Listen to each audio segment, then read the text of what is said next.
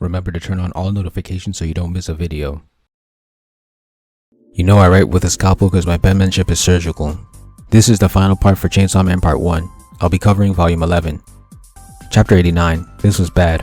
Pochita won't eat Makima, which isn't explained.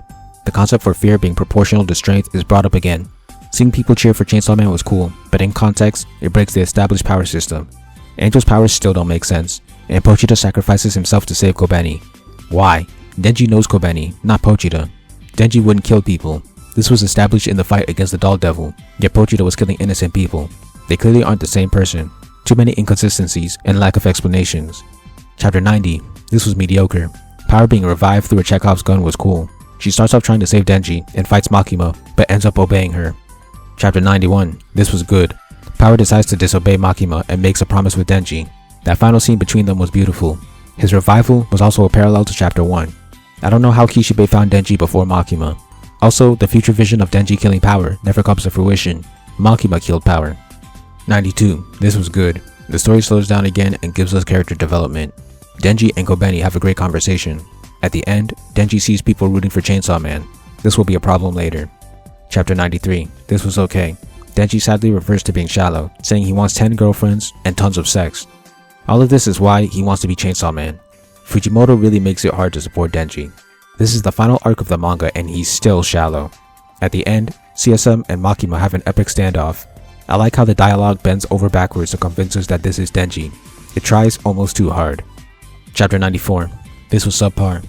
In this chapter, Makima specifically says that the world is no longer afraid of Chainsaw Man and that he's much weaker.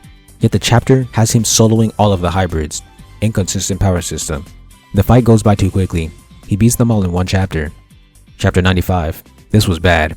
He has a 1v1 against Makima with nearly no strategy. Again, the fight is too short. This is the climax of the story, and the fight is barely a full chapter. It closes with Makima pulling out Denji's heart. Chapter 96. This was good. When Makima relaxes, the real Denji shows up and cuts her with a chainsaw made out of Power's blood. Him rising from the corpses parallels when Aki did the same thing. Him using Power's blood to kill Makima is poetic since she killed her. The shot before he cuts her also mirrors a picture from Chainsaw Man's first chapter in Shonen Jump.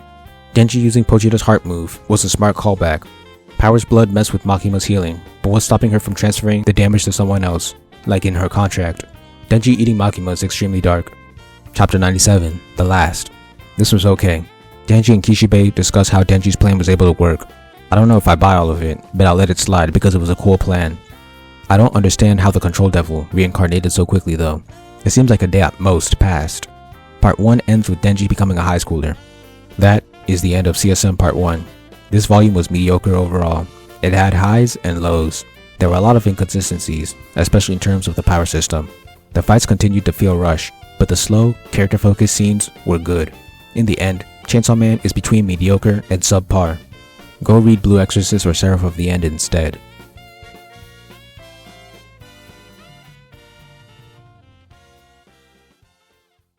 Thank you for watching. Please like, comment, share, subscribe, and help me revolutionize the manga industry by buying my manga and spreading the word. All important links will be in the description.